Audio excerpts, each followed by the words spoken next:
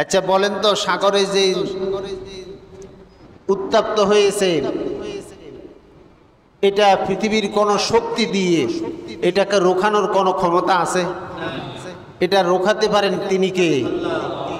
গতকালকে এত রোদ, প্রচন্ড রোদ, কালকে দেখছেন রাত্রে আবার বৃষ্টি হয়ে আমাদের জন্য পরিবেশটাকে সুন্দর করে যিনি দিয়েছেন তিনি কে?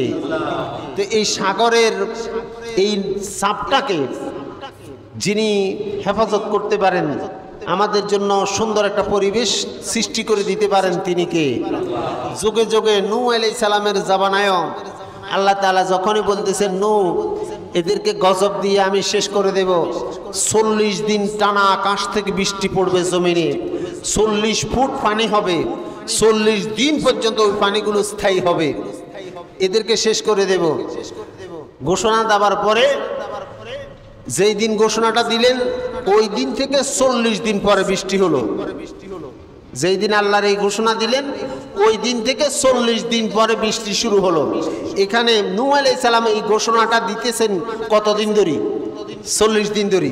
তো 40 দিন ধরে যখন মানে ঘোষণাগুলো দিতেছেন, মানুষ হেয়ালি করতেছে, রোদে মানুষের অবস্থা খারাপ। যেমন গতকালকে আমি যদি বলতাম, আমি আপনাদের যত মানে খতিব, আপনারা আমাকে স্নেহ করেন, ভালোবাসেন, মহব্বত করেন, গতকালকে যদি আমি বলতাম আজকে রাত্রে বৃষ্টি হইব, আপনারা বলতেন হুজুর পাগল হয়ে গেছে, রোদে মানুষের জান চলে যার, হুজুর কয় বৃষ্টি হইব।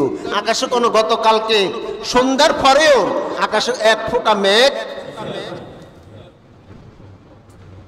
ঠিক নূহ আলাইহিস সালাম যখন বললেন যে বৃষ্টি হইব, শুধু বৃষ্টি নয় 40 ফুট পানি হইব, 40 দিন পর্যন্ত এই বৃষ্টি মানে পড়তে থাকবো, 40 দিন পর্যন্ত এটা জমাট থাকবো, কারো বাঁচার কোনো উপায় নেই।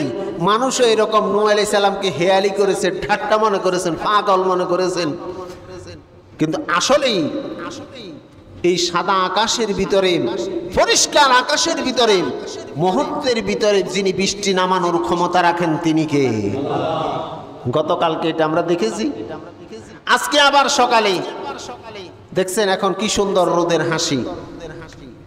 এই মুহূর্তে আমি সবাইকে আহ্বান জানাবো, টিভিতে, ইউটিউবে, ফেসবুকে এইসব বুলেটিন অবশ্যই দিতেছেন, এটা ভালো সতর্কবার্তা, কিন্তু এই মুহূর্তে আমাদের যেটা করণীয় সেটা হচ্ছে আমরা তাওবা করতে হবে। মনে রাখবেন, এই গত কিছুদিন আগে বাংলাদেশে এক ছেলে, বাংলাদেশের ভিতরে এই ঘটনা, এক বাবা তার ছেলেরে হত্যা করেছেন। আপনারা এটা শুনছেন না? বাপের হাতে ছেলে খুন।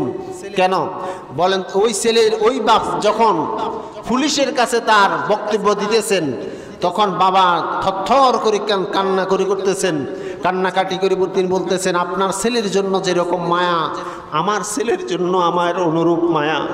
আপনি যেরকম আপনার ছেলেকে কষ্ট করে নিজে আপনি বড় করেছেন, বড় করেন, আমিও ঠিক আমার ছেলেকে এরকম কষ্ট করে খেয়ে না খেয়ে আমার ছেলেটাকে আমি বড় করেছি, কিন্তু আজকে আমি নিরুপায়,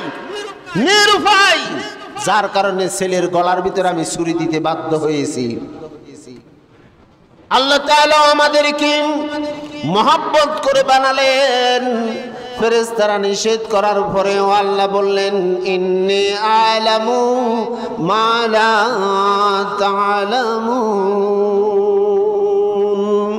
আমার ফেরেশতারা তোমরা জানো না, আমি যা জানি তোমরা তা জানো না। ফেরেশতারা বলে এদেরকে বানাইয়েন না, এরা দুনিয়ায় গিয়ে মারামারি, কাটাকাটি, হানাহানি, রাহাজানি, খুন খারাপি, হিংসা, বিদ্বেষ, ঝগড়া জাতি এইসব কাজ নিয়ে তারা লিপ্ত থাকবে। আপনাকে সিজদা তারা দিবে না, আপনাকে তারা ভুলে যাবে। আল্লাহ বলেন, ইন্নী আ'লামু মা লা তা'লামুন। তুমি জানো না এদের ভিতরে এমনও কিছু লোক থাকবে যারা আমি আল্লাহর খুশির জন্য, আমি আল্লাহর সন্তুষ্টির জন্য নিজের কলিজাটা পর্যন্ত দিয়ে দিতে পারবে।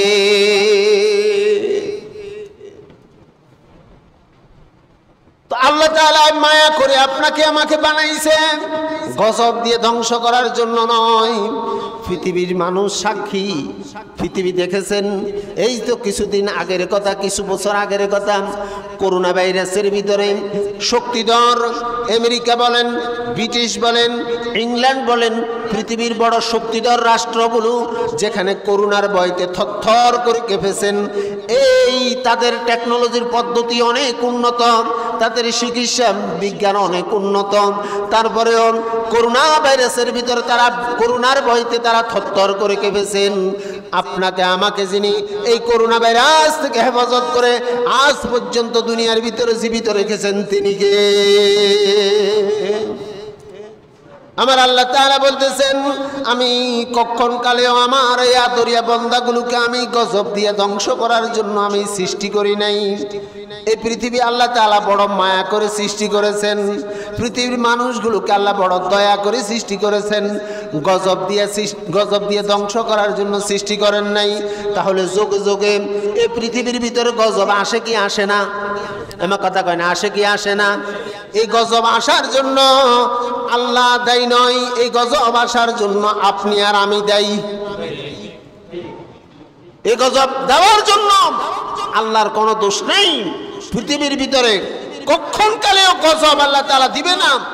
এই পৃথিবীর ভিতরে কিয়ামত ইসরাফিল আলাইহিস সালাম ততক্ষণ সিংহে ফুৎকার দিবে না, পৃথিবীতে একজন আল্লাহওয়ালা থাকে যতক্ষণ, একজন আল্লাহওয়ালা পৃথিবীতে যতক্ষণ থাকবে ততদিন পৃথিবীর ভিতরে কিয়ামত হবে না। তার মানে হলো এই পৃথিবীর ভিতরে আল্লাহওয়ালা যতক্ষণ থাকবে পৃথিবীর ভিতরে গজবের আশঙ্কা নেই।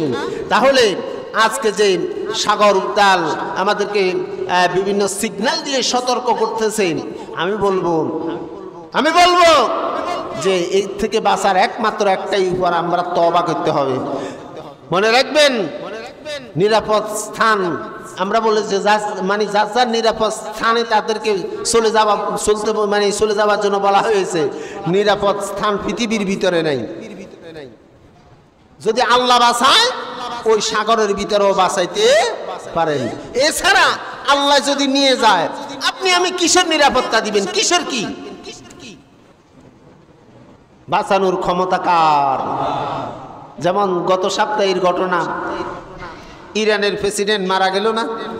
হ্যাঁ, তো তার কি নিরাপত্তার অভাব আছে নাকি? তার সৈন্য সামান্যের অভাব আছে নাকি? সে কি আমাদের দেশের প্রধানমন্ত্রীর মতনই? দেখছেন না, ইরানে বসেই আপনার ইসরায়েলে হামলা করাইয়া সেই প্রেসিডেন্ট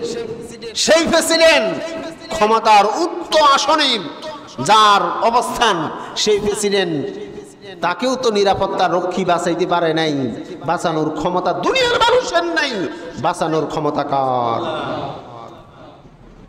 এই জন্য ঝড়ের পূর্বাভাস লক্ষ্য করা যাচ্ছে। আমাদেরকে তাওবা করতে হবে। এই নিয়ে তামাশাগিরি করার টাইম নেই।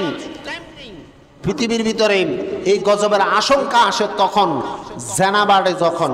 এখন আমাদের দেশে জেনার সংখ্যা কম না বেশি? বেশি, অনেক বেশি। বিশ্বাস যদি করেন জেনা কত প্রকার, এগুলো লং টাইম আলোচনা। কক্সবাজারে গিয়ে আপনারা দেখেন, সমুদ্র সৈকতের তো ওখানে যাই গিয়ে দেখেন আল্লাহর গজব পৃথিবীর ভিতরে আসার কথা বহু থাকে। কক্সবাজারে গিয়ে দেখেন, ঢাকা শহরে গিয়ে দেখেন, বিভিন্ন পার্কে গিয়ে দেখেন, জোড়ায় জোড়ায় কবুতর বসা, জোড়ায় জোড়ায় কবুতর বসা। আল্লাহর গজব পৃথিবীর ভিতরে আসবে, অচিরেই আসবে। আপনি আবার নাম তাদেরকে ধরে এনে জিজ্ঞেস করেন, কারোর নাম বিবি আয়েশা, কারোর নাম বিবি মরিয়ম, কারোর নাম আব্দুল্লাহ, কারোর নাম আব্দুল খালেক, কারণ মুসলমানের ছেলে। আপনি পার্কে গিয়ে দেখেন, অধিকাংশ না হিন্দু, আপনি 101টা পেতে কষ্ট হবে। হিন্দুর ছেলে সব মুসলমানের ছেলে। নাম নিবা মুসলমান, কাম করবে সব শয়তানের। গজব আসবে না কি আসবে?